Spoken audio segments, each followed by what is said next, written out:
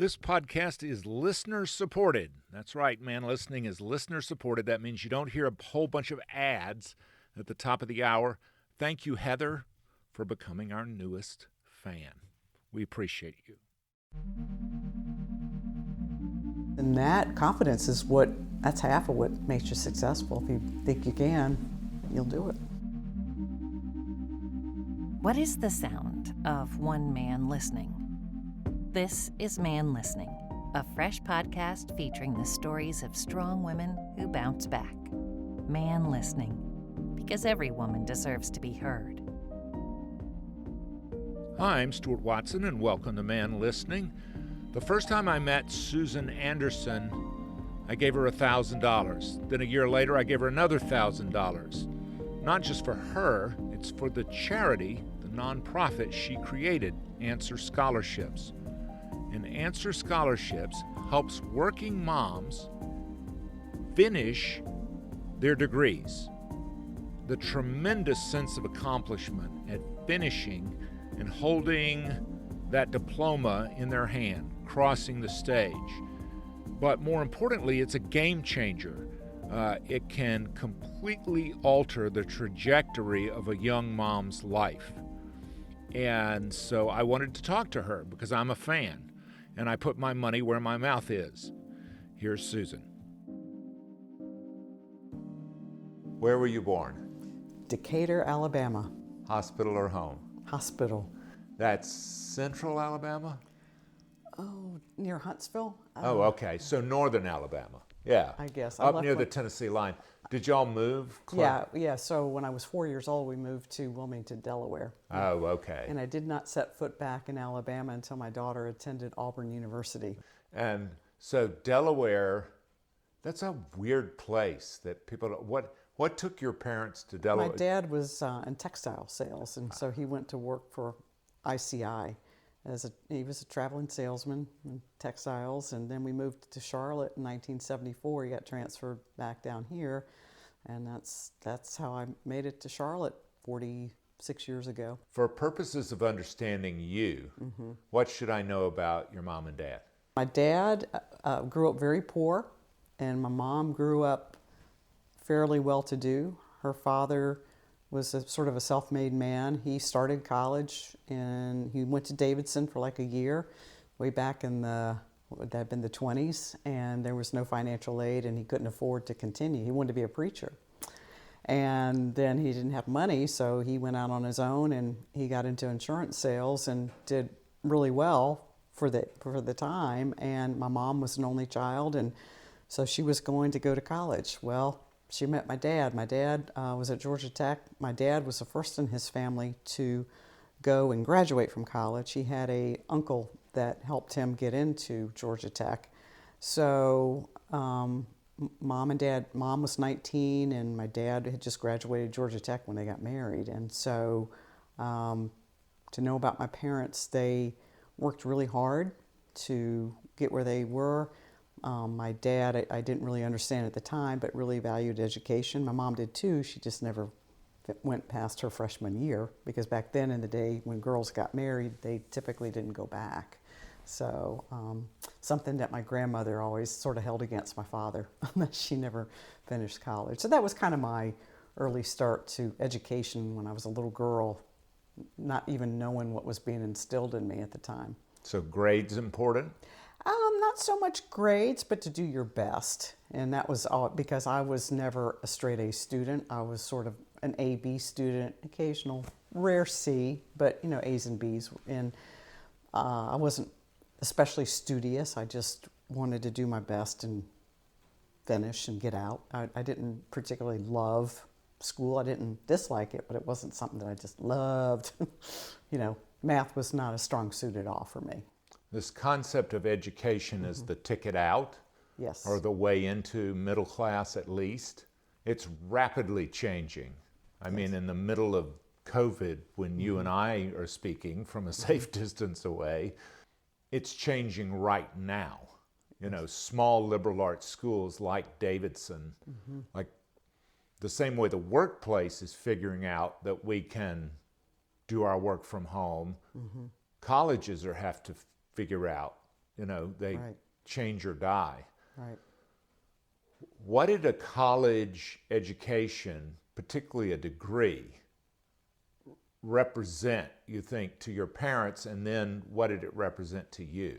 Well, for my dad, it was his ticket to get out of poverty and to be able to raise a family and have income. I guess when my dad graduated from Georgia Tech, he got one of the 2 highest paying jobs in the textile field, which was back then, I forget, just a few $100s a month. I mean, was his starting salary, which they were just so excited about. So it was his ticket to improve the lifestyle for his family, and it was important to him. And so, that's what he talked about. So I knew for myself, and I saw my mom, because later my mom and dad divorced during high school, and my mom struggled trying to find a job. She never got that college degree. And I think that really was a strike against her as far as re-entering the workforce. And I saw that, and for me, I always wanted to be financially independent, and I wanted to be a career woman. And so I knew a college degree would be, to me, my ticket. And also, it goes without saying, you're not dependent on some man. Exactly. How did you like see that with your mom, like with her experience, or? No, I actually sort of followed in her footsteps. It's a funny thing. You can see things and you know what you want, but you sometimes still fall back into patterns that you grew up with. And so I met a man when I was 16, and he was 19, and he was ambitious and turned out to be a carbon copy of my father, but very ambitious, worked hard, and he did not have a college degree. He had a 2-year associate's degree. And so we got married after my junior year in college, and it was always a little bit of a sticky point with him and his family that I was getting this degree, that my husband always felt like I was going to go run off and find somebody, more educated than he was, which was really, really silly, because he built a huge, huge business. And so anyway, but it was interesting. I always wanted to work, and I always worked from the time I was 16. Always wanted to have my own money, and never wanted anybody to tell me, no, you can't have something. So I was always determined, tenacious, sometimes to a fault.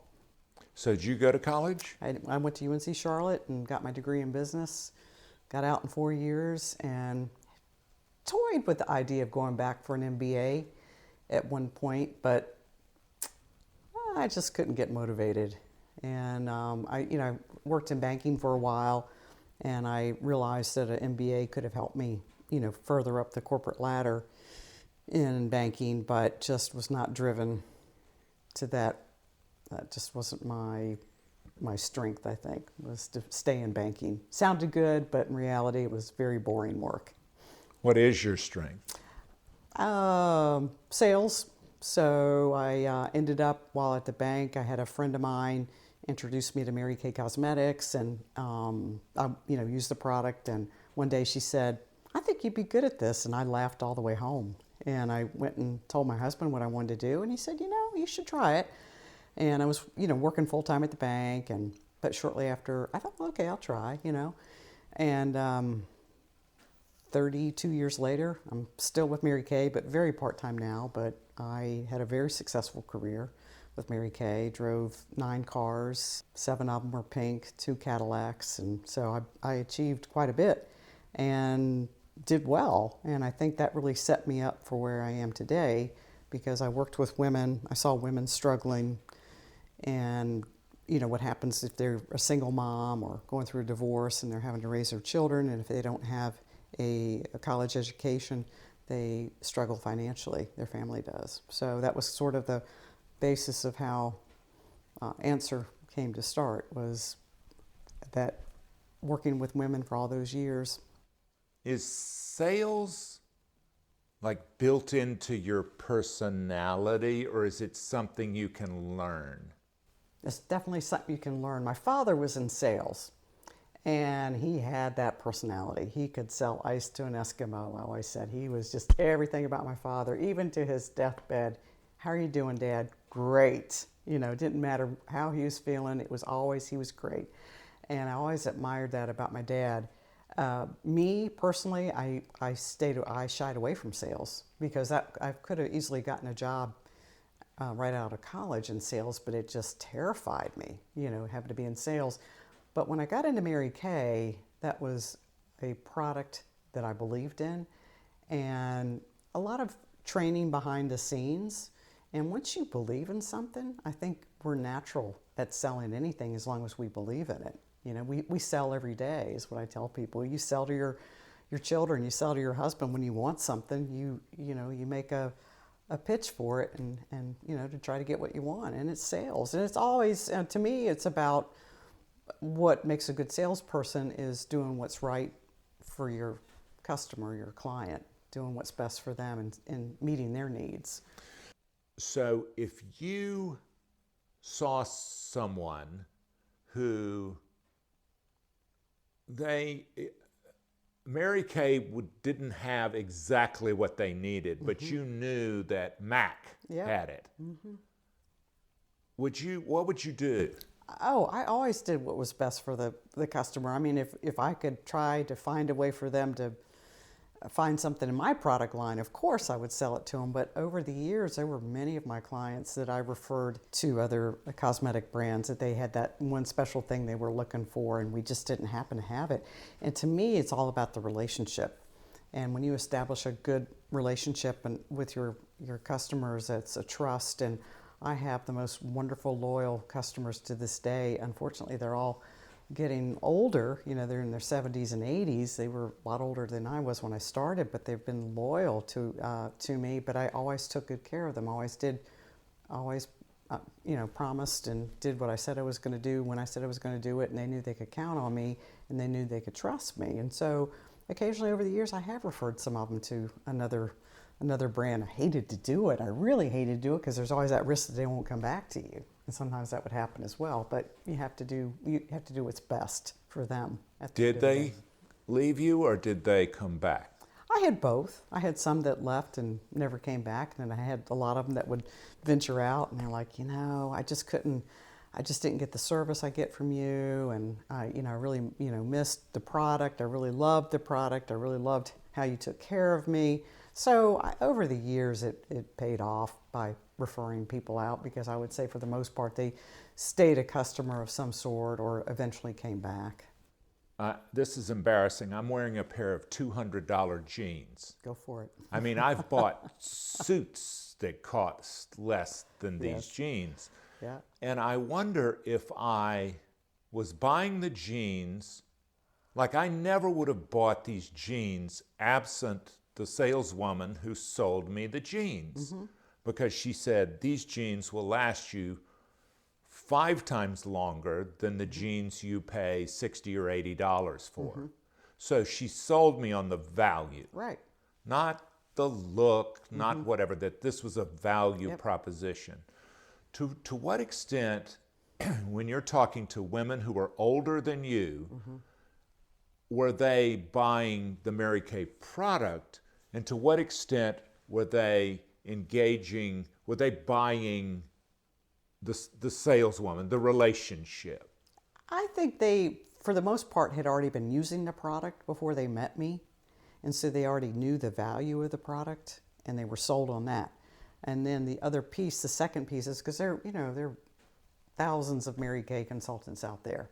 But then what sold them, I suppose, to stay with me was the customer service that I had. I stood behind my product and took care of them, and didn't try to oversell them. I tried to sell them what they needed, not try to sell them things they would never use. But there was quality and there was value in the product for sure. And what does that look like, that kind of customer relationship? Like, the one thing that I struggle with is, when are you offering something of value by emailing them, calling them, texting them, and when are you pestering them? Like, how do you make it to where this is a welcome call as opposed to, there's that person, they just want to sell me something. You know, interesting enough, through the years, that's how I became successful, was being persistent. If somebody said, call me back in 2 weeks, I'd make a note and call them back in 2 weeks. And then they might say, well, okay, I'll call me back next week, and I'd call them back next week. And the majority of the people would, you know, see my number on caller ID, because that was the majority of the way we did business years ago, was they would see my name, and it's like, okay, I'll talk to her. Okay, I will set the appointment with her. Once I set the appointment with her, that was it. They were hooked. You know, they knew me, they could trust me, they knew they had a great product, and they knew they had a good consultant that would take care of them. It was just being persistent and tenacious enough to, when they said call back, call back. Now, if they didn't tell me to call back, you know, I wouldn't necessarily have followed up as much. But when I would ask, you know, may I follow up with you next week or 2 weeks? And I say, yeah, give me a month. Okay. I would say, hey, as promised, I was just checking back with you. You asked me to, you know, get back with you. So I would just take their cue as to how to follow up. But there is that fine line, and that translates into all levels of business. Of what is that fine line of being persistent or being a pest? And I think a lot of times it's your tone and the matter of how you leave a voicemail or you speak to somebody, and in what you say. So whether you're perceived as a pest, being pushy, or just being persistent and truly, hey, I'm checking in on you. Well, I have a friend who sells very high-end financial products. Mm-hmm. And he told me one time, Stuart, sales is not selling. Sales is presenting people with information you think would benefit them specifically, mm-hmm. and leaving them with the decision. Mm-hmm. In other words, sales is when to stop talking and start listening to them. Mm-hmm. And I never forgot that. What is an example of a product other than makeup that you love the salesperson who sold you blank, and that you have a relationship that you will go back to them when you need blank? I will go back to blank. Well, I have a great story, and as you say, I mean, I like nice things, and I put great, value on them, but I want them to be to have value. So 10 years ago, I went to purchase my second Mercedes. I went to one dealership in Charlotte, and the gentleman couldn't give me the time of day, because I'm a woman. I went by myself. And I went in there, and he just blew me off. And I thought, I wanted to buy a brand new car. I wanted to order one. And you had the money. Yeah, I want to buy it. I wanted to order one, but he would not sell it to you. Well, he wouldn't give me the time of day. I went in to sit and talk with him about it, and he acted like he had another appointment. He acted really distracted. And I thought, I'm going to drop a bunch of money here, make me feel good. If I'm going to be buying something like this, make me feel good. So I wanted to test drive a particular model, and What model? An E550. You're not buying a C. No, I wanted the E550, the mid-class, I wanted the E550, not the 350, I wanted the V8. And I said, I just want to test drive it, get me one on the lot and let me test drive it. Well, all they had was the 350s. He said, well, you can take a 350 out. And I said, no, I want to test drive the 550 because I'm interested in buying one. And he couldn't get one in. So I called the other dealership and spoke to the gentleman and said, hey, I just want to come and drive one. Do you have one on your lot? And he said, sure. And then the nicest young man came and talked to me, young man. I didn't realize at the time he was in sales, and here was the car. I went out and drove it, and I said, I really like it. I'd like to order it. And he, my husband was with me at the time, and he let me do all the talking, and I sat there, and before I know it, I bought a car. I had put one on order and got it, ordered all the little bells and whistles that I wanted, and it wasn't sales. He made me feel good about what I was doing. He didn't try to put me down like the other guy was, basically, like I said, didn't have the time of day for me. But this guy made me feel good. When you're going to spend that kind of money, even what are we talking about then? Ballpark. 55, 60,000, yeah. And that was, 10 years ago. And it was, so, I mean, it's just like going to purchase nice clothing. I put the value on nice clothing, but the salesperson better treat me well. If I'm going to drop $200 on a pair of jeans, I want to feel good about my purchase. And that's the whole experience with that salesperson. So that was a huge turning point for me when I purchased my car. I left the one dealership that was much closer to my home to go to another one that was not convenient, but the sales was superb. And the delivery, and when the car came in, and he kept up with me every step along the way as the car was being ordered, and when it got delivered, and they had a big presentation when I got the car. And I could have bought another car that was just as much or more, but this was the service, and it made that whole thing is what's in it for me. That's about sales, WIFM or whatever those acronyms are. Yeah, what's in it for me? Specific question. Yeah. When you were dealing with this young man at the Mercedes dealership, how often did he look at you as opposed to addressing or looking at your husband who was with you? Early on, my husband set the stage. I'm not buying this car, she is. And he was there if I had questions about something that I wanted to order. But the salesman, he dealt directly with me. And that's what I needed, and that's what I wanted. And he honored that.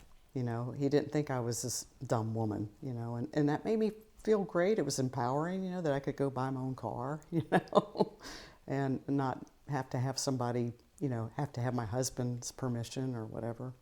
So I have heard so many stories like this, particularly when it comes to cars. Yes. Because that's a major purchase. It's very important. It's very important that salesman really pay attention.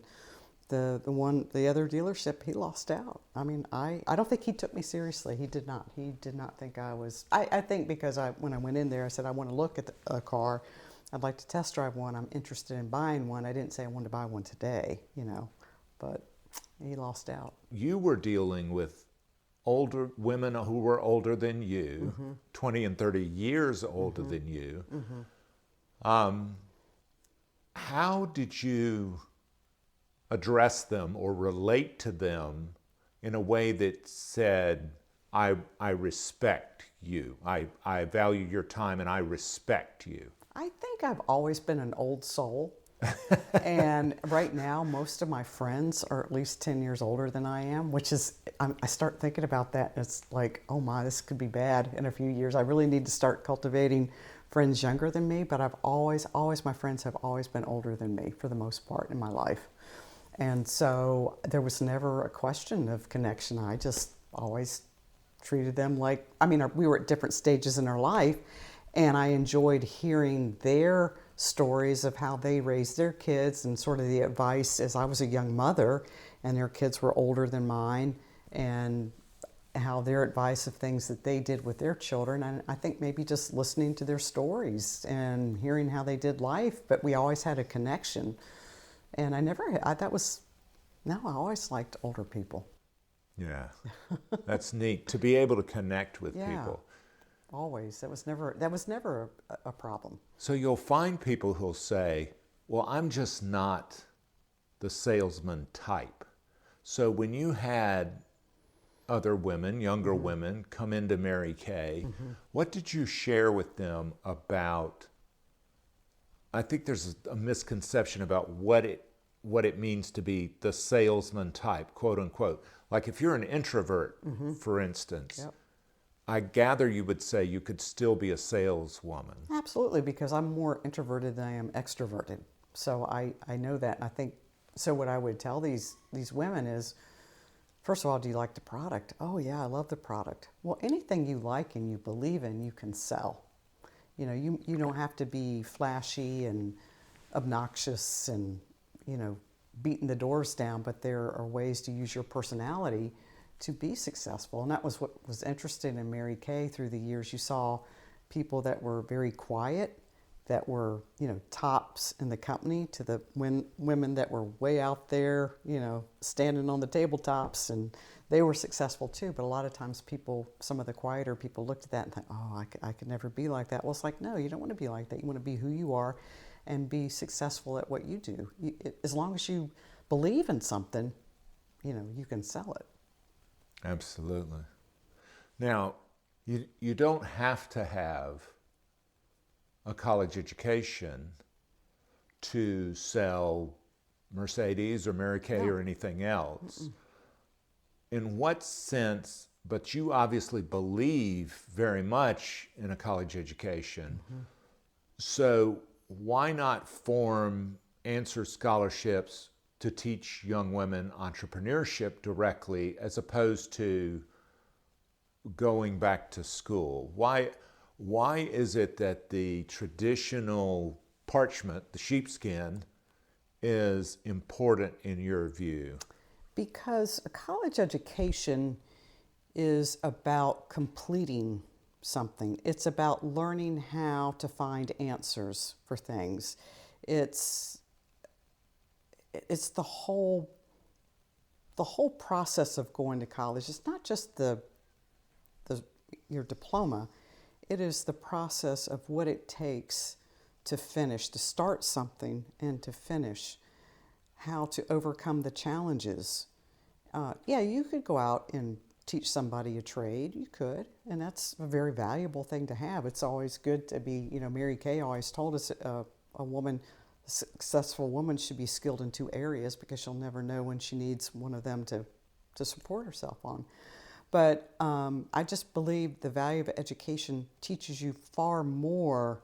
You learn far more than just the diploma will show. You learn how to be persistent and overcome obstacles and to find answers. And I think that's very valuable. And that's something that you need, I think, to be successful in the real world. How often do you encounter, I can't go to college because blank.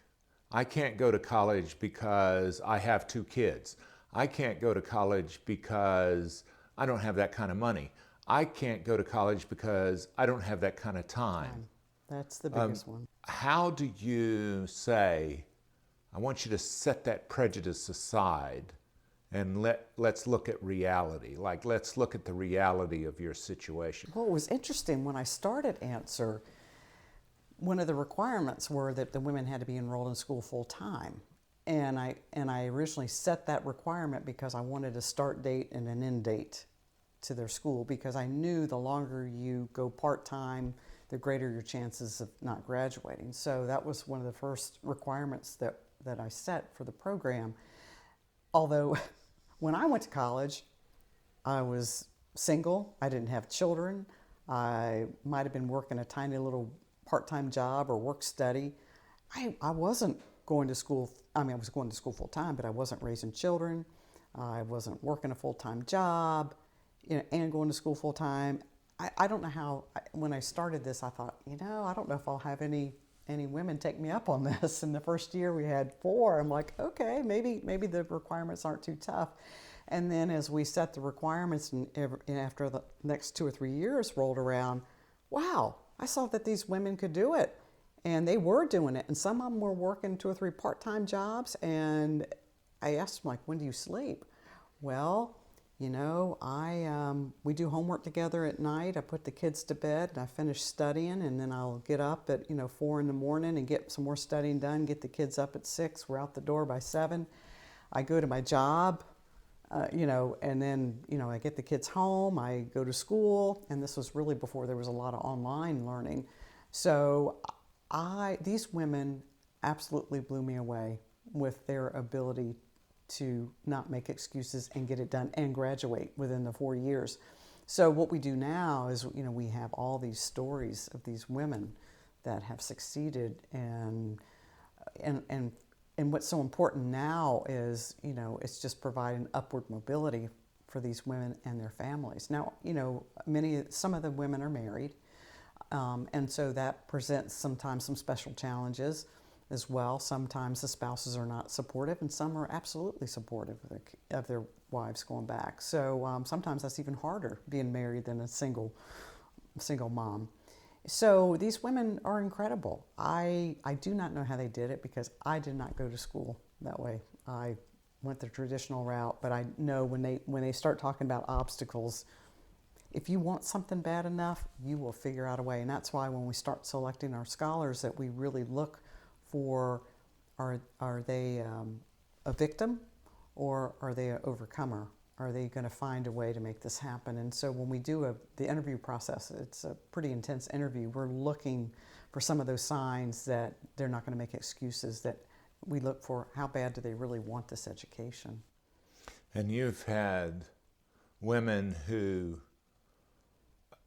profound health crises, circumstances you wouldn't believe, and they just powered through. I mean, multiple kids, abuse, all that kind of stuff. It's just unbelievable when you see some of these women. It is, and many of them still graduate.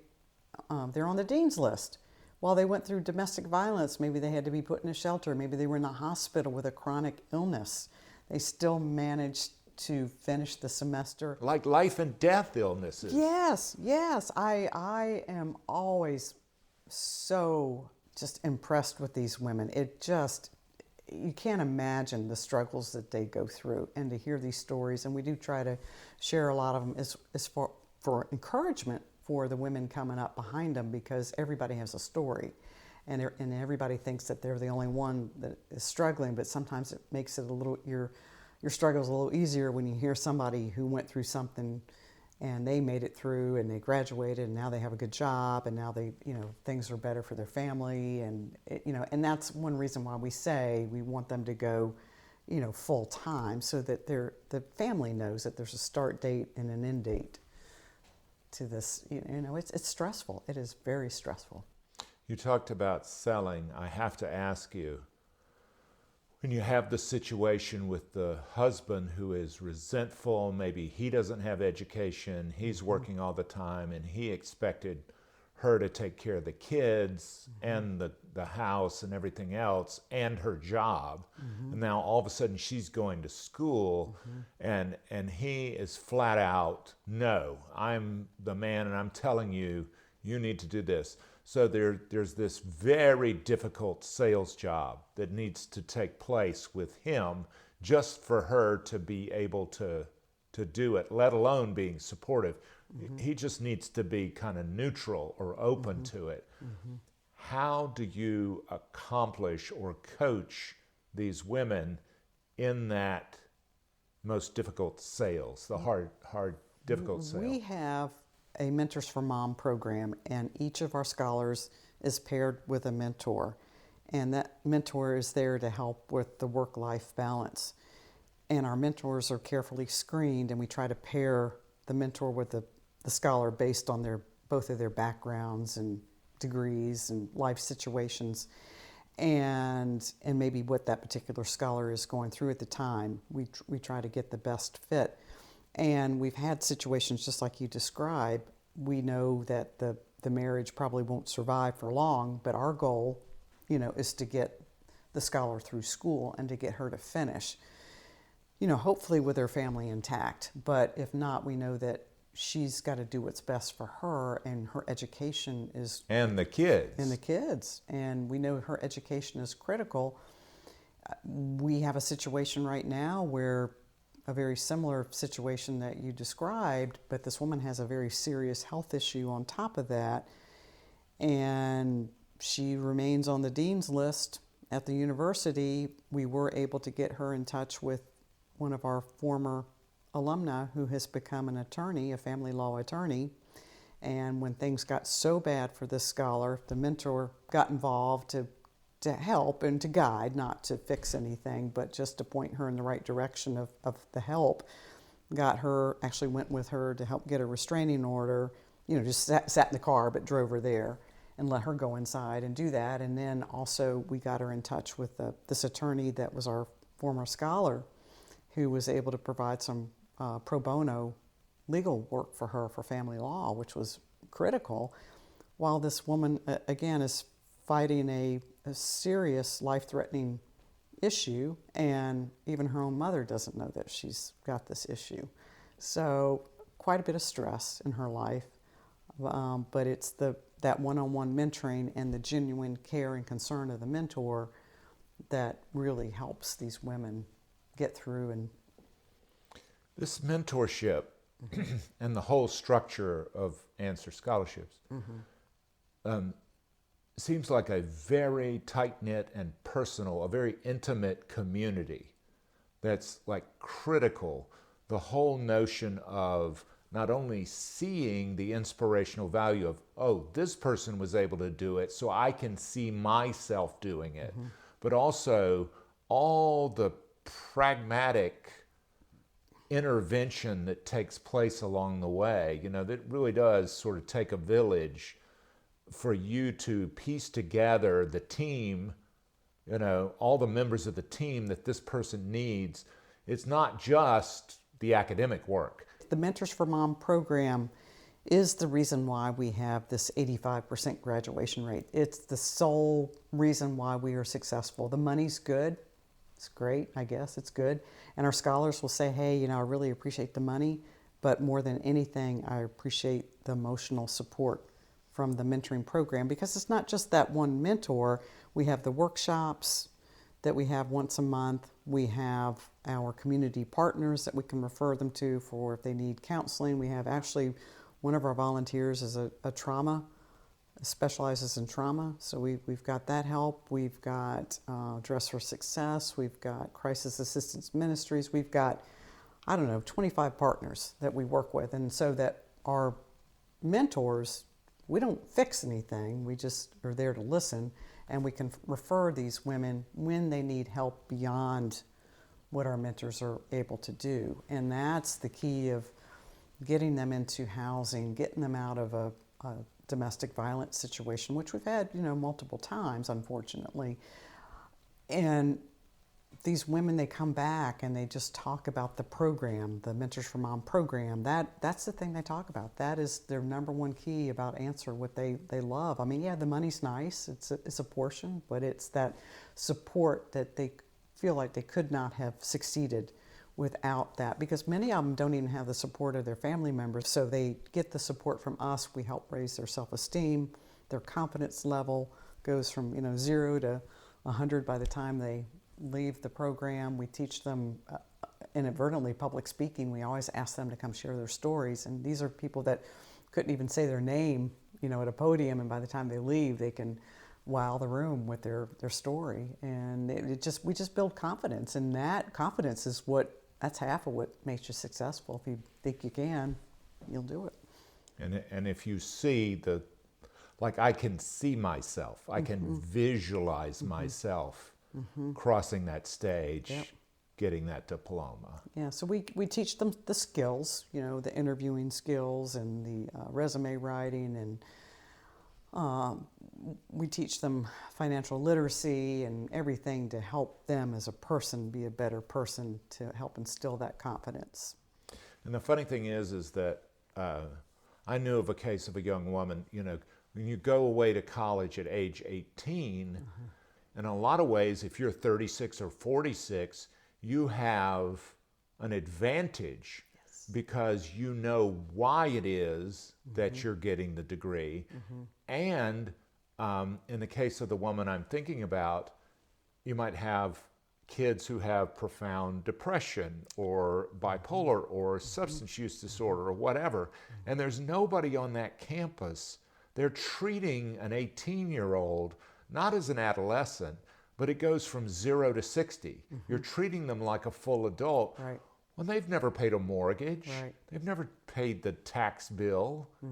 They've never filed income taxes or changed diapers or anything else. And yet they're off at college expected to be full adults.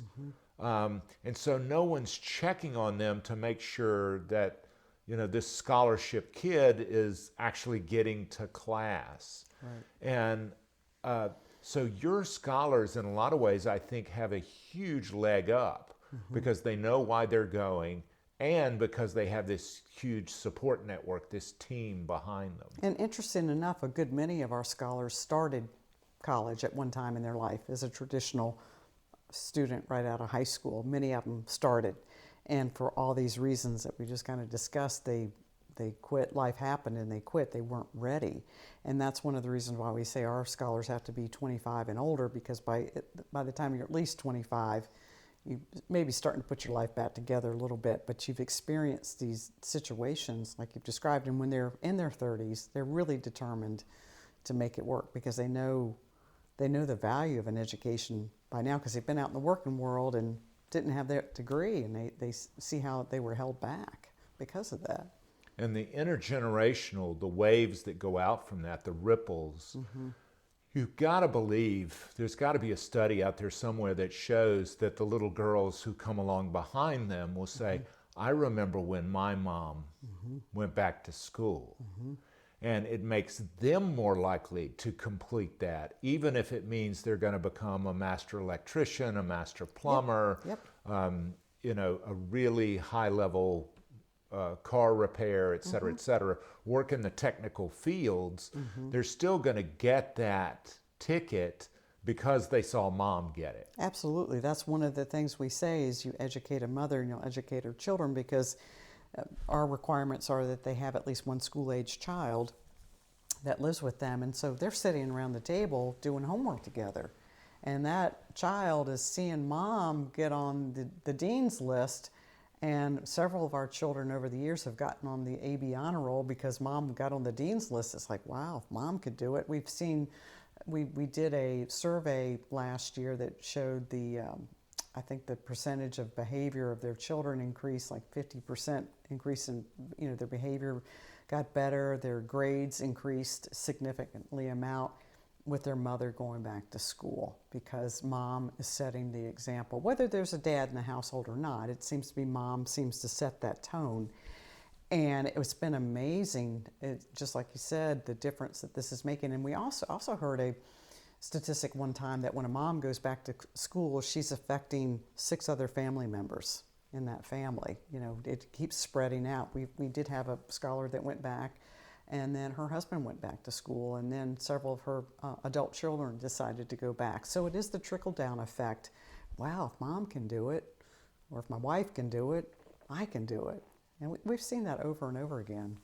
The phrase or the concept virtuous circle, virtuous cycle, with it feeding. You know, we hear so much about destructive cycles of women, you know, pregnant and single, abandoned, and how that leads to a cycle of poverty. What you're describing is a virtuous cycle to take women out of poverty, and also to straight up empower them. Well, more than anything, we're looking at upward mobility. A lot of our scholars are not in that poverty level. Like they don't have to be in grinding poverty. But the problem is, for many of our scholars, they're just on the borderline where they don't receive any services. They make just enough money where they don't qualify for the food stamps and the extra help you would get. And those, to me, are our most vulnerable, because they make too much money to receive the help that they really could use. So we say we're really trying to get these women, you know, provide the upward mobility for them to, you know, to get out, you know, to improve their situation. I don't know whether to be embarrassed or brag, but I've given you $1,000 last year through ManListening, and $1,000 this year, and you're one of a very select few charities that I support. And I wish I could do more, and I hope I can in the future. I just want to say I honor the work you do. Thank you. We've talked to one of your students, to Stacy, and she inspires me, and you inspire me, and thank you. Well, thank you. Thank you, because we could not do what we do without generous donors like yourself. I mean, your gift supports a quarter of a scholarship for a year. It's impactful. I mean, we love our donors. We try to take care of them. We want them to know they're important. We want them to feel as important as our scholars feel. It's all about relationship building, and we really want our donors to become a part of us. We don't want to just take a check and never see you again. We really like to, I miss having coffee with my donors. I do. I'm thrilled to be here today to talk with you. Well, thanks for the hot tea, and thank you for your time. Thank you. I will always have a warm spot in my heart for Susan because she showed up at the one-year anniversary party for ManListening, which was held outdoors with our masks on, shivering at the corner of 36 and North Davidson. And she hung in there. She was there. She was one of the true fans. Susan, thank you. I appreciate you and all you do. ManListening is a production of Unmediated LLC in cooperation with the Queen City Podcast Network and Balto Creative Media. Allison Andrews at Andrews Creative and Rachel Clapp-Miller are developmental producers. Sally Higgins at Higgins & Owens tries to keep us legal.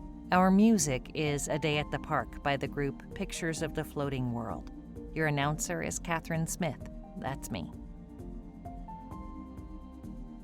Please go to our Patreon page. You'll find us at patreon.com. Look for ManListening, one word, no spaces. We hope you'll join us by becoming a member. A small investment can raise up the conversation. If you want exclusive member merch like a t-shirt, we can arrange that too. Again, a big old shout out to Heather and all the fans who've been with ManListening from the very beginning. Thank you so very much. Don't forget to support us at Patreon. We believe one voice can change the conversation. Click the subscribe button, and next week you'll hear. I mean, our sexuality is core of who we are. It's what we come from. If we're denying that, if we don't understand that part of us, then it impacts the rest of our lives. That's next week on ManListening. Thanks.